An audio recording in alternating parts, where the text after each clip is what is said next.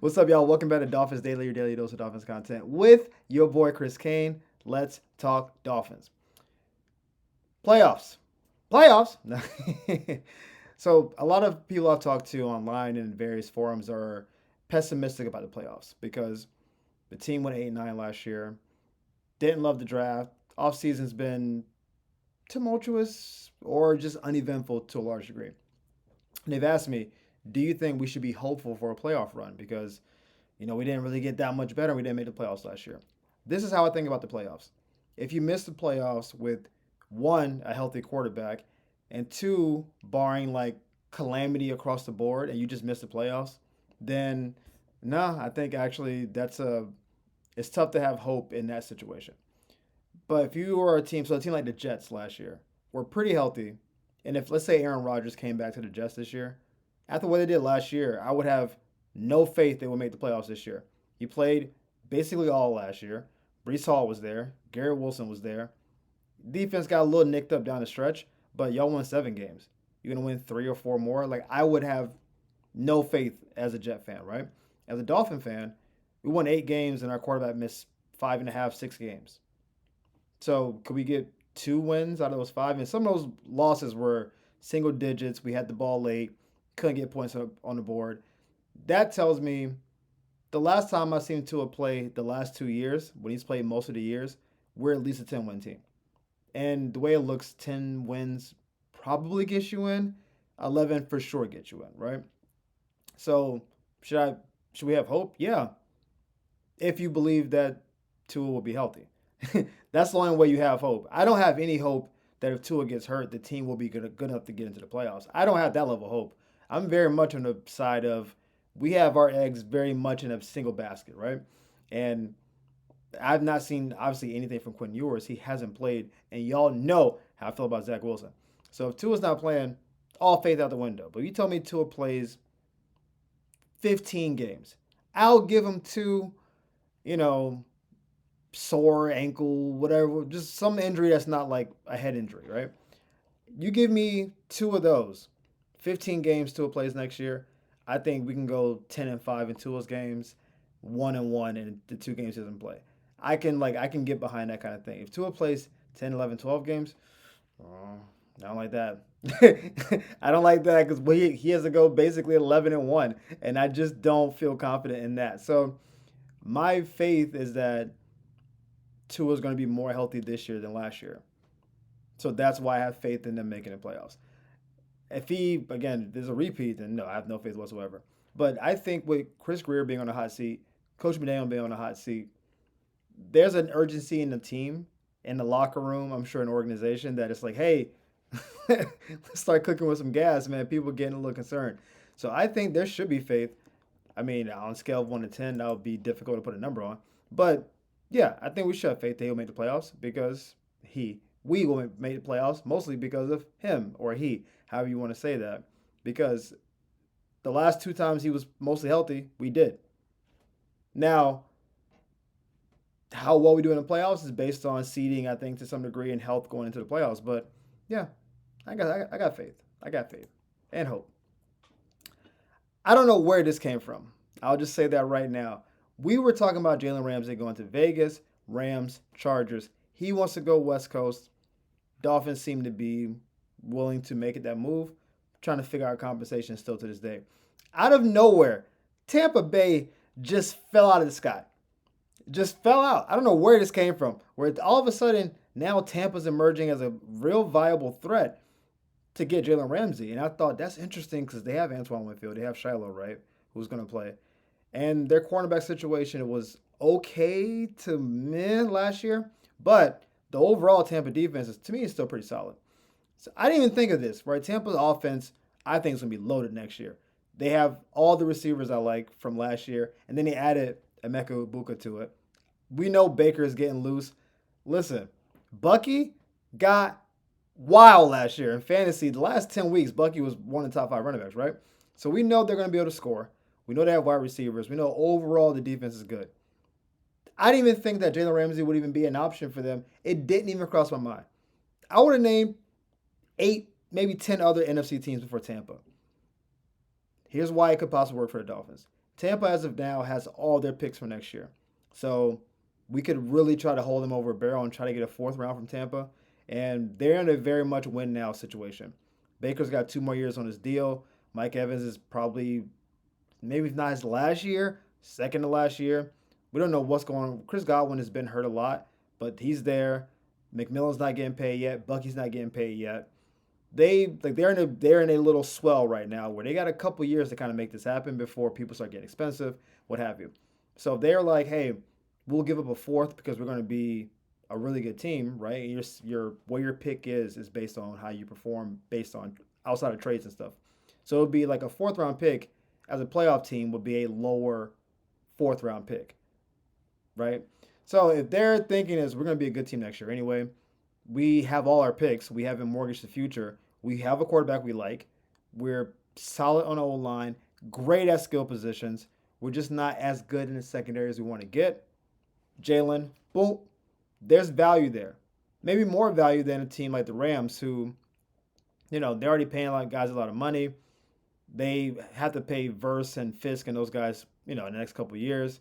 Stafford probably has 2 years left too, but I don't know. I think Tampa is in a better winning division place than the Rams are because the Rams still deal with San Francisco every year, and that's the whole thing. I think Arizona's going to be okay next year. It's a solid. But Tampa, when they're healthy, wins their division. They're just better than the Saints. Carolina, I think, is on the way up. And Atlanta didn't have a quarterback for, let's be honest, 2/3 of last year. So this will be interesting because it'll also be trading him to the NFC. So we get him out of conference, which is nice. And I would only make this move if Tampa's willing to pay the price, like I guess like more of his salary, and will give us a better pick. Otherwise, I'm shipping him to the West Coast. Get out of here.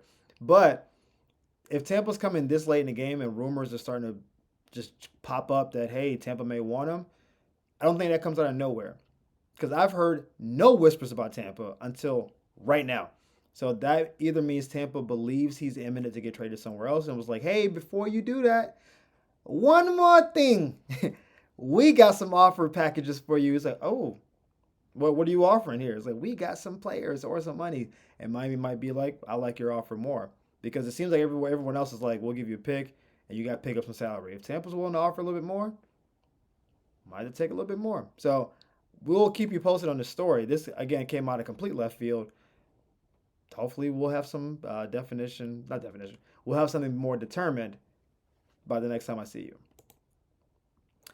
This is a question that we haven't really got super involved in because Zach Sealer's been under contract for the next couple years. So typically people don't get extensions with 2 full years left on their deal without player options and stuff. Zach right now is going to get paid 7.5 and 7.3 over the next 2 years. So it's not a ton of money for a defensive tackle. But his cap hit is almost $24 million. So his cap hit is disproportionate to what he gets paid per year. And Zach, to me, was almost unequivocally the best player on the team last year. I don't know what to even. I don't even know who the second best player was last year. Zach, to me, clearly is the best player last year. I thought he was pushing toward a Pro Bowl. Awesome, like locker room dude, heart and soul of the team. Really, the one dude you could say you balled last year. Like maybe Jason. Jason as a kicker was awesome. He won, special teams player of the month twice in a row. So fair enough. Jason may have been our second best player.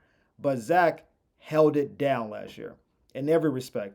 Did not get supported by the rest of the D-line. We set him up to fail. And then 2 of our DNs got knocked out. So he was doing a lot of heavy lifting last year. And he has a contract. But there were, rumblings that he kind of was like, hey, I think I'm worthy of more money. That came a little bit before Jonnu Smith's thing, and now Jonnu is like taking over the airways because Jonnu has 1 year left on his deal. Zach has 2. So the priority, I guess, is to the person with 1 year left on their deal.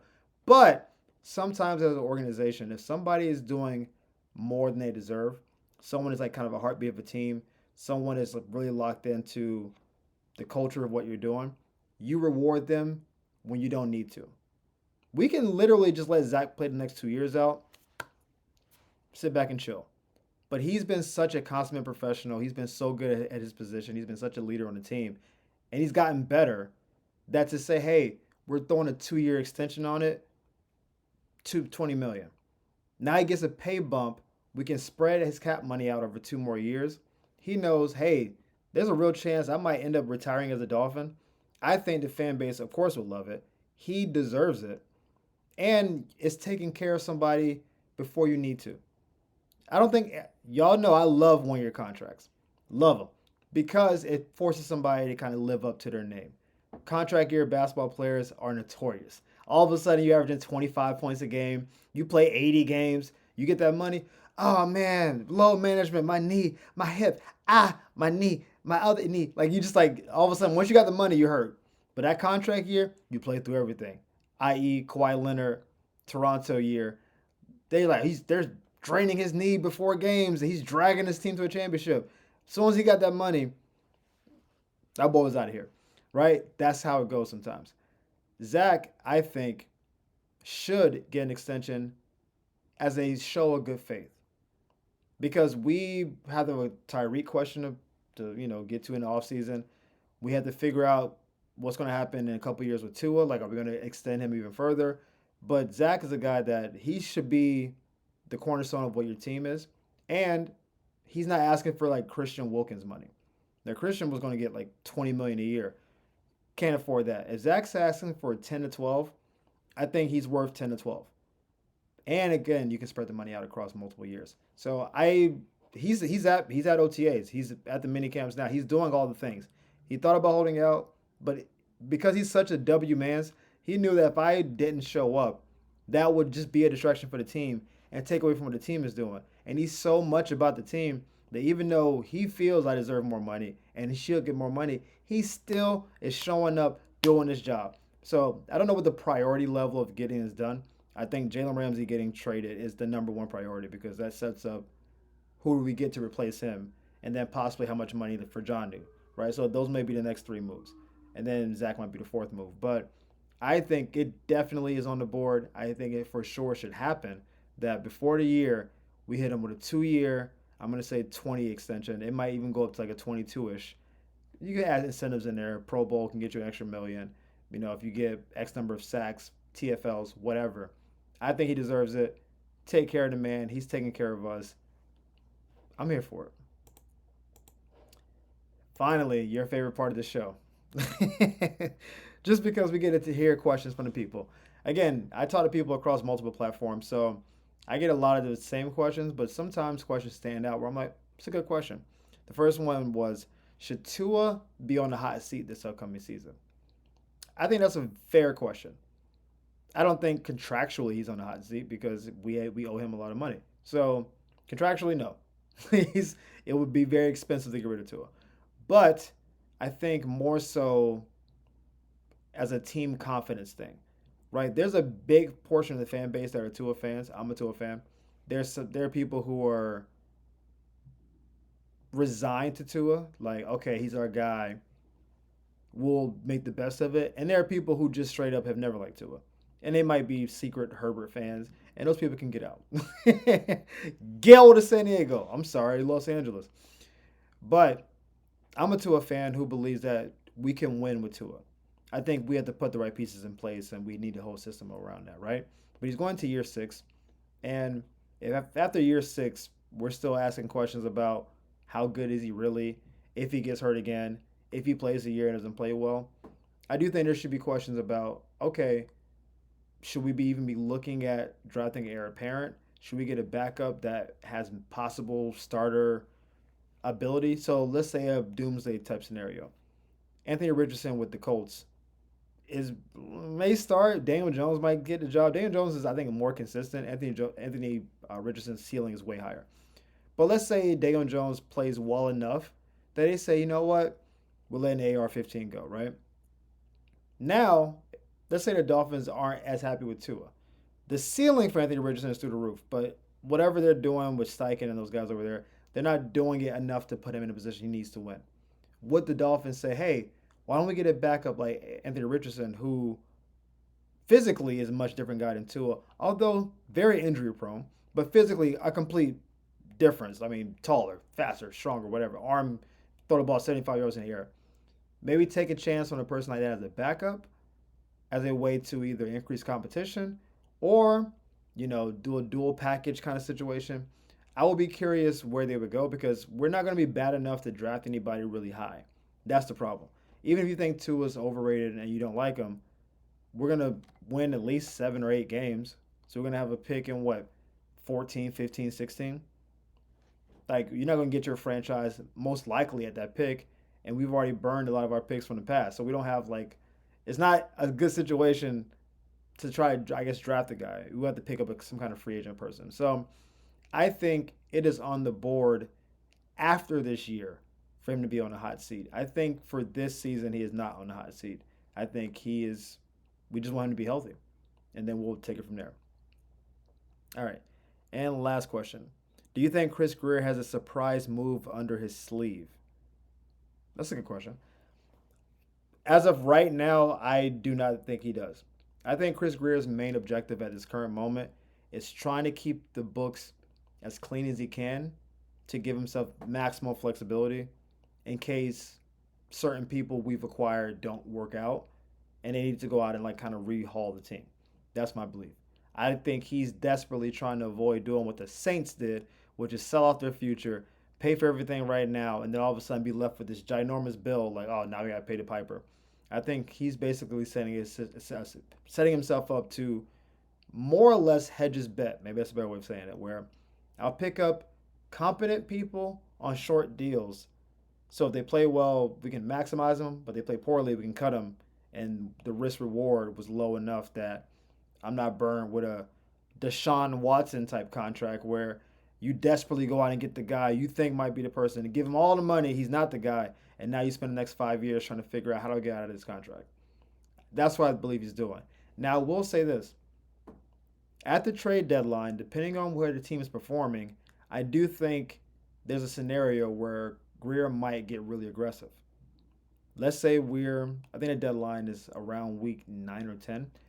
Let's say we're 6-3, 7-2. We're right in the thicket of the playoff wave. We know right where we are. We know, hey, if we finish the year strong, we're going to be in the playoffs. We're just kind of having a seeding conversation. And there's a guy floating out there like a Denzel Ward type guy, right? Cleveland's complete disaster. They're 1-7, 1-8. He's like, hey, I'm one of the best corners in the league. I don't want to be in a losing situation. I already got my money. I want to be out. Would Chris Grier be like, hey, Denzel Ward could be our number one corner for the next 7 to 8 years? We know what the numbers set. He got his contract a couple years ago before the big boom of corners. So, like, yeah, he may want to restructure at some point. We'll handle that down the line. Would he then make a move for a Denzel Ward type guy who's unhappy at his current situation? That, I think, is on the board. That would have to be approved, obviously, up the chain. But it'll have to be like, we've shown so much during the year that our defense has shown that they're better than we thought they were. Tua has been healthy. The running game is not dominant, but pretty solid. The O-line looks good. Like, hey, we may have a run in us. Then let's take that kind of risk. So I think trade deadline, possibly. If trade deadline we're, a game or two over 500, looking like we're a bubble playoff team, I don't see any crazy moves happening. If anything, I can see him selling off. Because if we have a player that, let's say like a Tyreek type player, that we think, hey, we're not going to win here, but Tyreek will be really good for a team that's trying to compete and they're kind of desperate and they're willing to give us something. I do think there may be a chess move there where it's like instead of us extending him a couple of years, we trade him during the year to a team that's desperate, get some assets back from him, and then we use that to kind of effectively rebuild a team. So is that a under your sleeve thing? No, I think that's a pretty. I think it's very much on the board. I don't think it's sneaky. Sneaky would be like if we just acquired, Puka Nakua out of nowhere. It's like how do we do that? Like I don't think we have that kind of trade in us, but I do think it's going to be based on where we are at the trade deadline. I don't see any move happening between now and the season. Trade deadline, possibly. But as always, guys, thank you for tuning in to Dolphins Daily. We appreciate the love and support. Thank y'all for supporting us. Just you've been crushing it so far. We really appreciate it. We're going to start delving into some newer content going forward. I'll get more into that down the line. But we'll see you guys next time on Dolphins Daily. Peace.